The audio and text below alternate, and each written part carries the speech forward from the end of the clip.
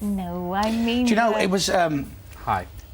It was... Hello, Chris Moyles. Yeah, it's fascinating. It's a fascinating thing to do, and it's a very... this is me being very serious for just 1 minute. I feel very privileged to do Who Do You Think You Are, because the resources, the amount of work they put into it to research your family and down to the minutest detail, it's just mind-blowing. What were you expecting to find when you said nothing. yes? I was expecting nothing. They come to you and say, would you be interested in doing it? So I go, yes. So I ring my mum and dad and go, are you all right if I do this show? And mum's like, yeah. So you give them a bit of information that what I had, like my mum's mum and my dad's mum and dad, and then they go off and research, and you forget about it. And they come back about 6 months later, 9 months later, and they go, right, we've got a load of stuff. We want to do the show. Do you want to do it? So you say, yeah. They go, right, don't talk to your mum and dad about it. Don't talk to any of your aunties about it.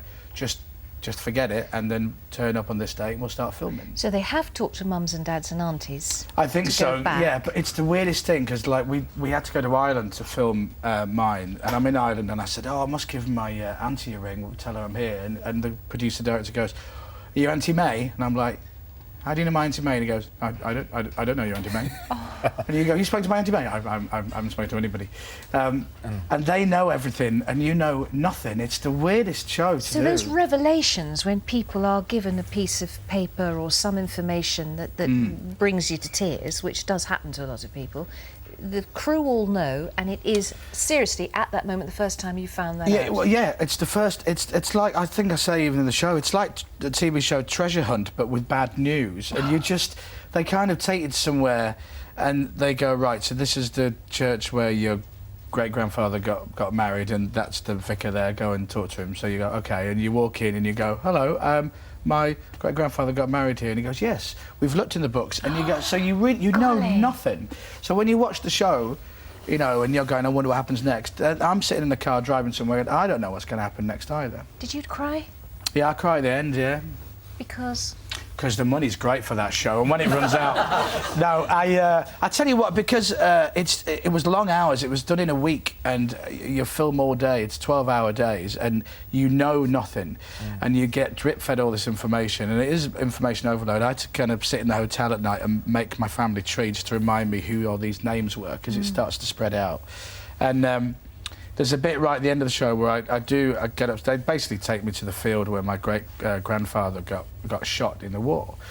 And this is in Ypres, isn't it? Yeah, in Ypres, which is this massive, horrific battle during the war, where many people died, a ridiculous amount. Tens of thousands. Yeah, it's just so sad.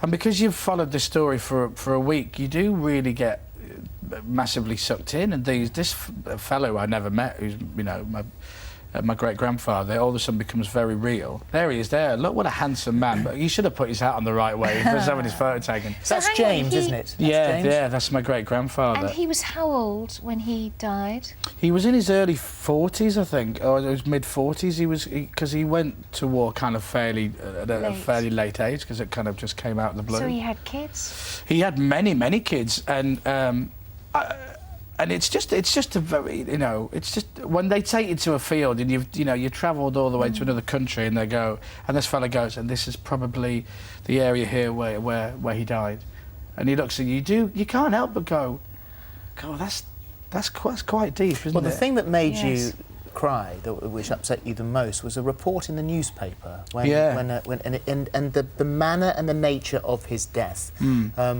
Which is fairly graphic. Yeah, I don't. Do you know what? I kind of don't want to tell anyone about it. No, well, that's why I didn't say. Yeah, and there's friends that I haven't really told much about, because I want them to kind of. I genuinely, across that week, found out the story, and if people watch the show, which I hope they do, it's next Wednesday. Yeah, next Wednesday at 9 o'clock. You're on the other side. But yeah, just watch the show. And the one thing I will say is that I do feel like this is the most serious interview I've ever done on the show. I do feel like I'm merely a vehicle to tell the Irish story. So if there's anyone who's Irish or like I am of Irish descent, it covers a time period which will just affect hundreds of thousands of millions of people. So my story is going to be very, very, very similar. And relevant to many people watching now. Did it change your view, your opinion of history? It certainly made me more more conscious about the family, and I've always been the kind of person where I do feel as though I'm merely my father's son.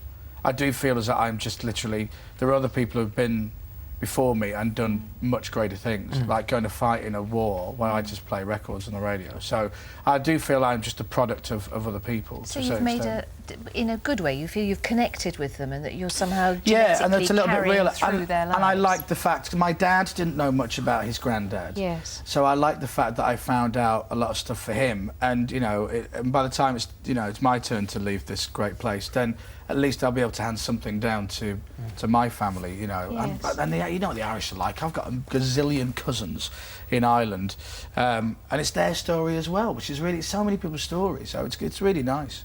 And it's on the front cover of How Radio handsome Times. do I look? Look at there. that. So Look at that. Look at You're like me. James Bond, aren't you? I am like a fat James Bond. Yeah. Do you know the only embarrassing thing? Well, there's a few embarrassing things about this.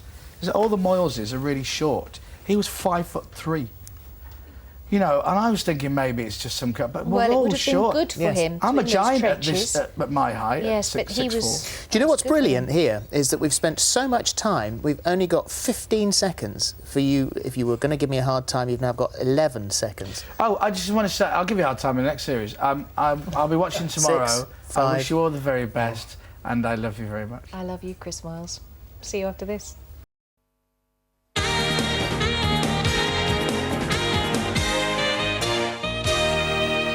Welcome back. We are live until 12:30. In just a moment, sex, passion, betrayal on the moors, and the stars of TV's latest costume drama, Wuthering Heights.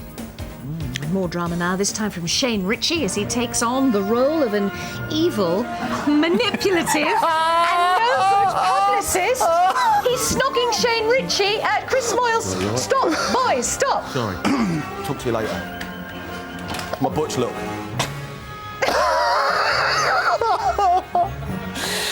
Got it? All right. I love you, Fern. Oh, I love you.